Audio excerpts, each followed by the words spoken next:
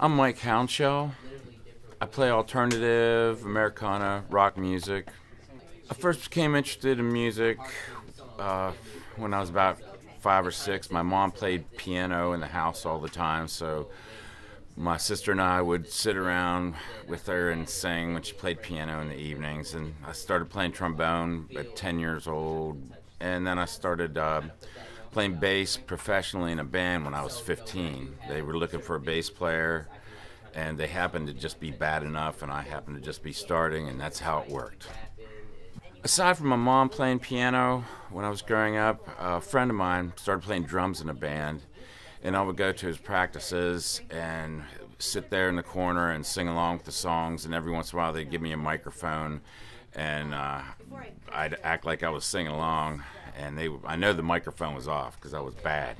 The biggest gig I played was at the Washington Monument in D.C. for 20,000 people for DC 101 Battle of the Bands back in 1984. And we were selected out of about 300 bands, and we played a semifinal round at the Bayou with 2 other bands. We won that night, and then we went on to play at the Washington Monument. And from 20,000 people, we came in 4th out of 4 bands, but it was a great experience. Nothing like looking out and seeing 20,000 people looking at you and enjoying your music. I write all my music. I'm playing bass, guitar, keyboards. I'm using drum loops right now for what I'm doing. That all can change. My favorite song to play live is Can't Get Enough, because it's a simple 3-chord song. It always gets people up dancing, and it's a story song about how a guy rejects a girl and then he realizes at the end she's the bomb.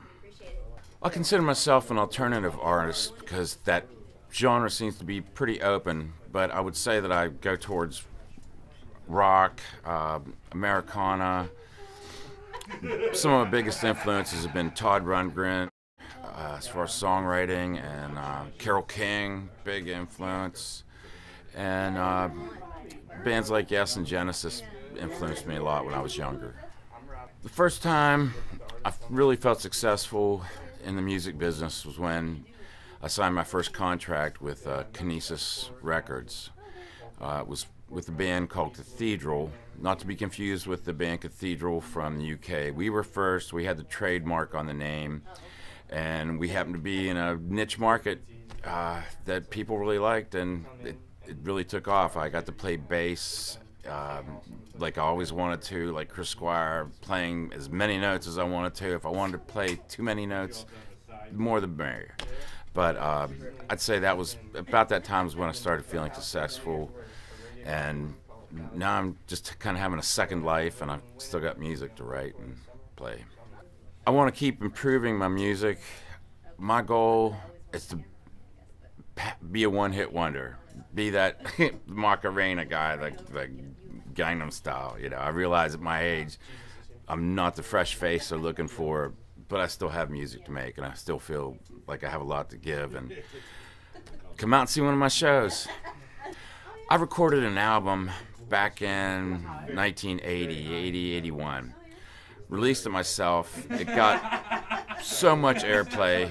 I would be driving around my hometown, anywhere near the area, and my songs would be on a regular rotation. And now that album is worth $354 at auction. So if you want to find that album, it's Mike Hounshell Sometime Somewhere. That's out there. The Cathedral music is still on Amazon. I don't know if it's on iTunes, but I release a single every few months. I've been doing that since about 2013. So I've got about 8 singles you can find on Spotify, Amazon, iTunes, Rhapsody, the general online stores. You can find out more about my music on MikeHounshell.com, and that's MikeHounshell. And I'm always on Reverb Nation. Just Google me. I pop up everywhere.